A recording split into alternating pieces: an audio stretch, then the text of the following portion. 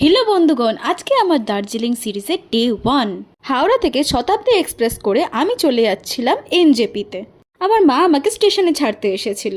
Window সিটে বসার মজাটাই আলাদা। এখানে আমি পেয়ে গেছি উইন্ডো সিট।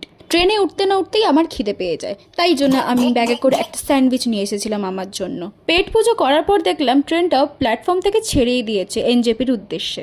একটা খাবার হজম হতে না হতেই ট্রেনের লোকগুলো আমাকে এখানে খাবার ধরিয়ে গেল। আমি আর কি ভিউ এনজয় করতে করতে খেতে শুরু করে দিলাম। প্রথমে খেয়ে নিলাম আমি এখানে চা। বাহ, চাটা খেতে বেশ ভালোই ছিল বলতে গেলে।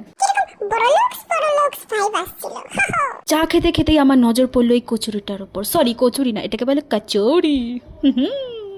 কচুরিটা খাওয়ার পর আমি একটা স্যান্ডউইচ খেলাম। এই ঘোর, ক্যামেরাটা ঘুরছিস না কেন, দেখাই তোমাদের। এই স্যান্ডউইচটা পুরো মুডটাই বিগড়ে দিল আমার, এতটাই জঘন্য খেতে ছিল। ট্রেন থেকে যে লোকেশনটা দেখা যাচ্ছে, এই লোকেশনটা যারা যারা চিনতে পারছো তারা তারা কমেন্ট করো। ঘুম থেকে উঠে দেখলাম রাতের ডিনার দিয়ে গেছে আমাকে। এমনিতেও রাতে আমি 11টার আগে খাই না। গান্ডে পিন্ডে গেলার পর 11টা নাগাদ পৌঁছে গেলাম আমি এনজেপি স্টেশনে।